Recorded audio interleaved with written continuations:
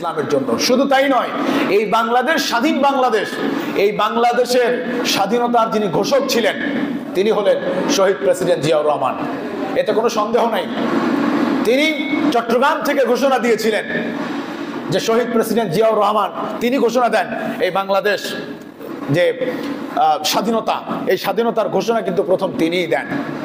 আমরা জানি বাংলাদেশে যে একটা দল রয়েছে বিএনপি আছে না, এই দলটা হুজুরদের বিপক্ষে না করলেও হুজুরদেরকে কষ্ট দিয়ে চলে নাই।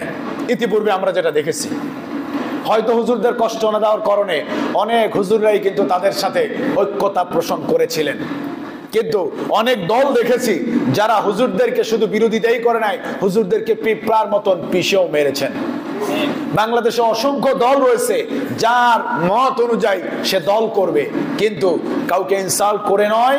তবে আমরা যারা আছি, আমরা আমাদের দলের কথা বলি, এটা দিয়ে আমাদের দল কোরআন দিয়ে চলতে চায়, এতে কোনো সন্দেহ আছে?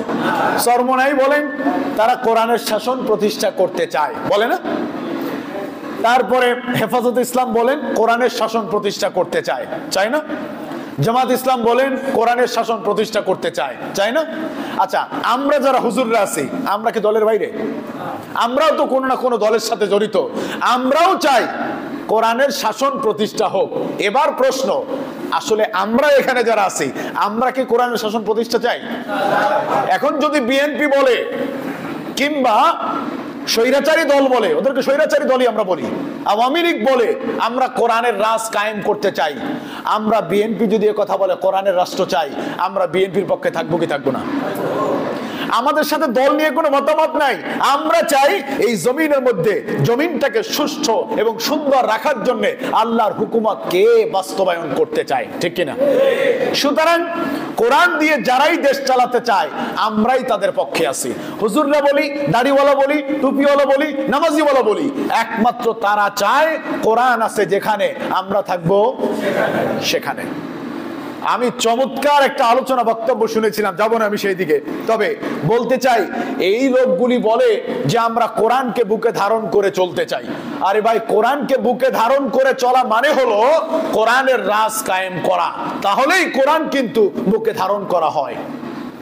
কিন্তু যদি বলি আমি কোরআনকে বুকে ধারণ করে চলবো, মলাট লাগিয়ে জুজদান লাগিয়ে গলায় ঝুলিয়ে চলবো, আর শয়তানি মতবাদকে দুনিয়ার মধ্যে প্রতিষ্ঠা করতে চাই, এটা কি কোরআনের সাথে প্রতারণা করা নয়? কোরআন নামক সংবিধান যেটা আল্লাহ তাআলা দুনিয়ার সুষ্ঠু সমাধানের জন্য দিয়ে দিয়েছেন, এরপরে মানুষের তৈরি করা মতবাদ আর কায়েম হতে পারে, শান্তি থাকতে পারে? সুতরাং কোরআন আছে যেখানে, আমরা থাকবো। রমাদানুল মুবারকে কোরআন আমাদেরকে মেসেজ দিচ্ছেন, এ কোরআন তুমি পড়ো। যদি কোরআন তুমি পড়ো, কোরআন তুমি মানো, জীবনের সাথে কোরআনকে আগলে নাও, তবেই কেবলমাত্র কোরআন কিয়ামতের ময়দানে তোমার পক্ষে দাঁড়াবেন। কিন্তু মুখে মুখে বললাম কোরআন তোমাকে অনেক ভালোবাসি, কোরআন তোমাকে অনেক ভালোবাসি, কোরআন যে হুকুমগুলি রয়েছে একটা হুকুমও আমরা পালনের ভিতরে নাই। কোরআন যে হুকুমগুলি রয়েছে কিছু মানলাম আর কিছু মানলাম না, এতে আমাদের মুক্তি মিলবে? কোনোদিন মুক্তি মিলবে না। আল্লাহ তাআলা সে কথা আগেই বলে দিয়েছেন যে কোরআন যেখান থেকে তোমার ভালো লাগে তুমি সেখান থেকে মানো, আর যেখান থেকে ভালো লাগে না সেখান থেকে মানো, সেখান থেকে তুমি মানো না, তাহলে ইল্লা খিজিউন ফিল হায়াতিদ দুনিয়া, দুনিয়াটা তোমার জন্য অন্ধকারাচ্ছন্ন হয়ে যাবে। অফিল আখিরাহ, এবং দুনিয়াতে রয়েছে তোমার জন্য কঠিন পীড়াদায়ক যন্ত্রণাদায়ক শাস্তি। কে বলছেন? সুতরাং মাইকটার কি সমস্যা সমাধান হবে? যদি চাই কোরআনকে সম্মান করতে, রমাদানুল মুবারক আসছে, অনেক ভাইরা কোরআন পড়তে পড়তে দেখা যায় এক খতম শেষ করে ফেলেছেন। সেটা কেমন করে? আস্তে আস্তে করে তারা এক আয়াত দুই আয়াত করে কোরআনের অর্থ পড়েছেন, অর্থ বুঝেছেন, অর্থ জেনেছেন, এরপরে তারা কোরআনটা পড়েছেন। কোরআন পড়লাম ঠিকই, কোরআনের অর্থ বুঝলাম না। রাসূল করিম সাল্লাল্লাহু আলাইহি ওয়াসাল্লামের হাদিসের ভাষ্য অনুযায়ী ওই লোক হলো ফাসিক। ওই লোক কি? ফাসিক।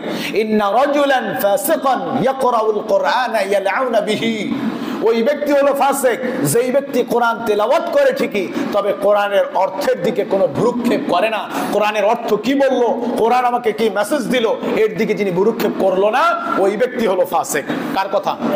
আল্লাহর কথা। আমার ভাইরা, আজকে যে সূরা সম্পর্কে আলোচনা করব, এই সূরাটা হলো পবিত্র কোরআনের 97 নম্বর সূরা, সূরাতুল কদর। এই কদর সূরার মধ্যে আল্লাহ রাব্বুল আলামিন আয়াত দিয়েছেন মাত্র 5টা। এই 5 আয়াতের